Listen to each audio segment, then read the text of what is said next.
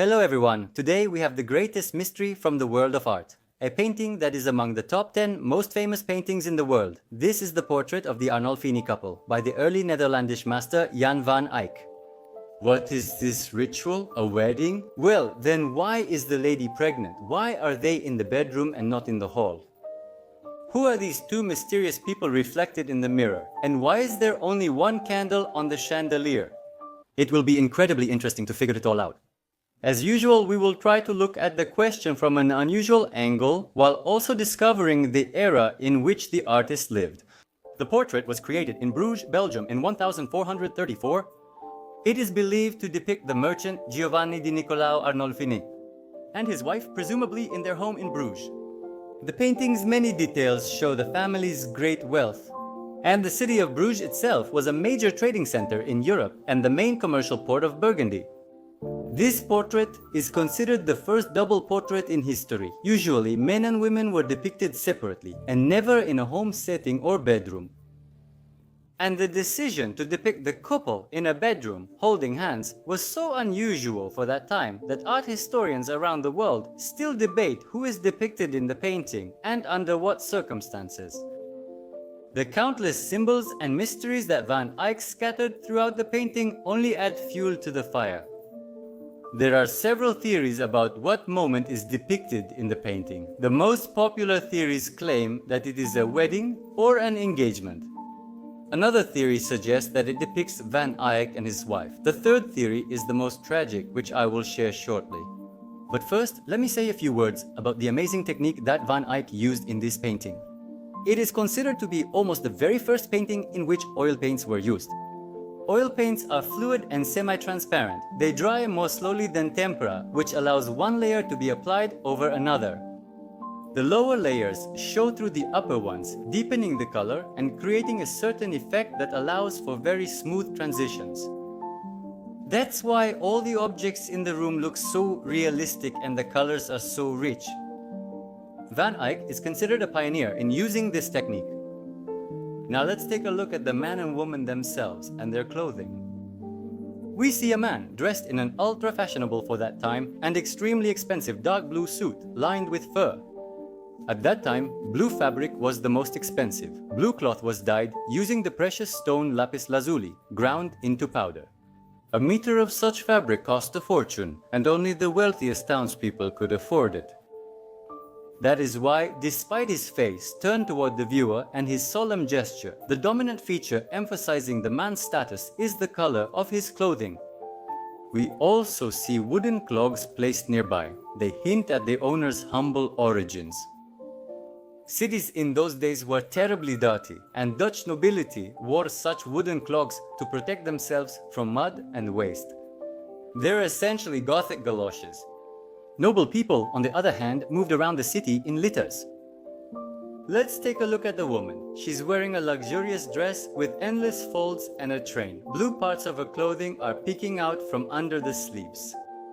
Green was also expensive, especially such a deep shade. It was made from malachite, a semi-precious stone, or from a mixture of blue and yellow. In our case, this could very well symbolize that the woman is a part of the man, and for the sexist society of that time, this was even considered a romantic gesture. The excess of fabric is also a signal. It was recently calculated that the dress would have needed at least 35 linear meters of fabric. There were no brands back then. Women didn't have the convenient option to show off their wealth with giant Dolce & Gabbana or Balenciaga logos. They did this by wrapping their bodies in as much expensive fabric as possible. Women wore expensive dresses for generations, passed them down as heirlooms, and wore them to receptions and celebrations. Yes, men, however, were not far behind. Without skirts, they came up with huge sleeves, cloaks, pants, and puff decorations. And even the bed in the background is painted in a rich red color. Everything we see in the painting screams about the wealth of the couple depicted in it. A man and woman stand holding hands, the man's hand raised solemnly as he looks at the viewer. And here we will reveal the first secret of the painting. Look at the mirror hanging in the center. In the reflection, we see our couple from behind and two more mysterious figures in blue and red who are entering the room. And above the mirror, there's an inscription, Jan van Eyck was here. These details gave rise to the first and most popular theory. The painting depicts a wedding or an engagement, which required two witnesses. The inscription above the painting is uncommon for Van Eyck, who typically signed as Jan van Eyck made this. Therefore, it is assumed that it points to the special nature of the event, which required witnesses. The man in the painting raised his hand in a gesture of promise, which supports this theory. There are, however, those who claim that this is a gesture of greeting, that the men are welcoming those entering the room, a sort of gesture of a hospitable host. Welcome to our bedroom, dear guests. But this idea seems strange to me. How do you imagine ordering this painting? Hello, Van Eyck. Please create a portrait of me and my wife. And how do we greet invisible guests? For the TikTok unexpected meeting trend. In general, the interpretation that the painting depicts a matrimonial event was and remains one of the main ones. But, as we have seen many times, if there is even the slightest uncertainty, a swarm of interpreters immediately descends upon the work. And of course, the Arnolfini couple was no exception. Some anthropologist researchers have suggested that this is a double portrait and that the painting depicts Jan van Eyck himself with his wife Margarita. Two aspects support this assumption. First, researchers compared Margarita's portrait with the woman in Van Eyck's painting and concluded they are the same person. Both have individual asymmetry and a similar proportion of the forehead to the rest of the body.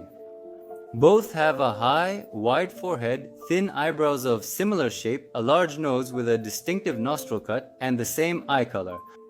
Second, in the back of the room, at the head of the bed, we see a figure of Saint Margarita slaying a dragon, which, according to theorists, is a hint at the name of the painting's heroine. And this assumption seems quite plausible, but it's unclear why the artist would go to such lengths to encrypt it and use the name of a real family. Could it really be a witness protection program? And we also have a separate portrait of Arnolfini himself, painted by Van Eyck just a year after the portrait of the couple. Here, we can clearly see the undeniable resemblance. There is no doubt that this is the same person. And then it turns out that Van Eyck painted some guy arm in arm with his wife. In the bedroom, with two other people present. Could it be that Van Eyck was a medieval swinger? But of course, that's not the case at all. So why does the woman in the painting look like the artist's wife? Let's look at other paintings by Van Eyck and we'll see that he almost always uses this type of face. It seems more likely to me that the artist, consciously or unconsciously, adjusted every face to fit the beauty standard of that time. Besides, we shouldn't forget that artists back then could only paint from life. And here, perhaps, is the simplest explanation.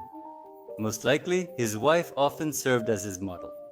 Her familiar features and proportions, which he had painted many times and could reproduce simply from memory, automatically appeared in all his paintings.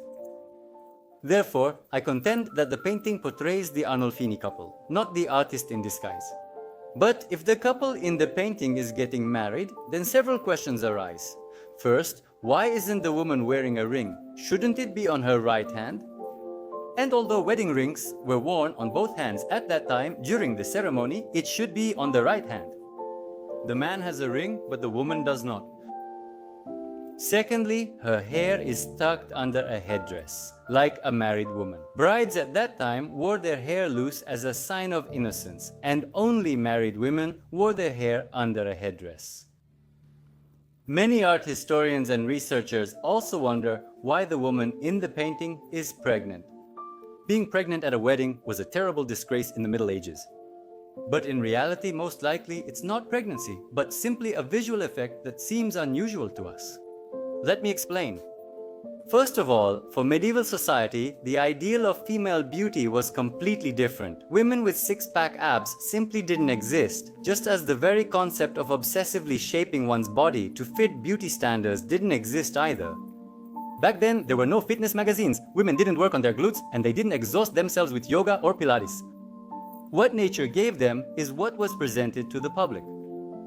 The ideal female body in the Middle Ages looked like this, with a little belly, a pear-shaped figure perfectly suited for giving birth to countless children. Unfortunately, the main and almost only function of a woman in medieval society was to continue the family line, and a protruding belly was an unmistakable sign of disability.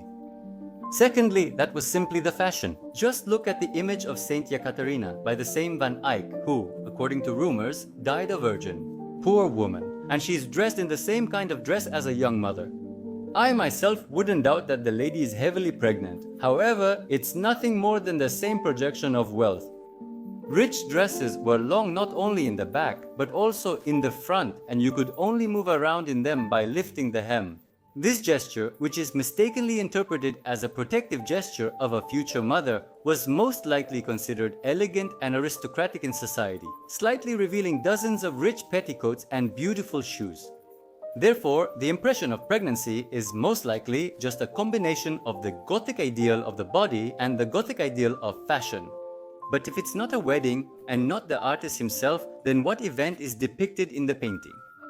And a few disturbing symbols scattered throughout the image will give us a clue. Van Eyck. Let's go back to the mirror. We see that around it there are 10 large images. These are the Passion of Christ. Recent infrared studies of the painting have shown that originally Van Eyck depicted 8. 2 more, the ones on the far left on the woman's side, were added at the last moment, and they are the only ones here that depict Christ after his death. Now let's look at the chandelier. It's painted perfectly, but if you look closely, only one candle is lit. And that might sound like a stretch, but take a closer look. Here we can see wax drippings from another candle, but that candle has already burned out. Only 2 of the 8 candles in the chandelier are lit as if held above the couple's heads. The man's candle is lit, while the woman's has burned out. It didn't just go out, it burned out completely. The figurine of Saint Margherita, whom we've already mentioned, is actually the patron saint of women in labor, and she was also added at the last moment. The blooming cherry tree outside symbolizes fertility. A strange little dog sits at the couple's feet.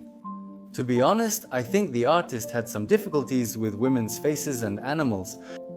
It's possible this plain, square, flat little dog really looked like that, but this is a wealthy household. People usually didn't keep scary dogs like that. Opinions about the dog are divided, with some believing it's a symbol of loyalty. It meant the wife's loyalty to her husband, not the husband's to the wife, which wasn't expected then.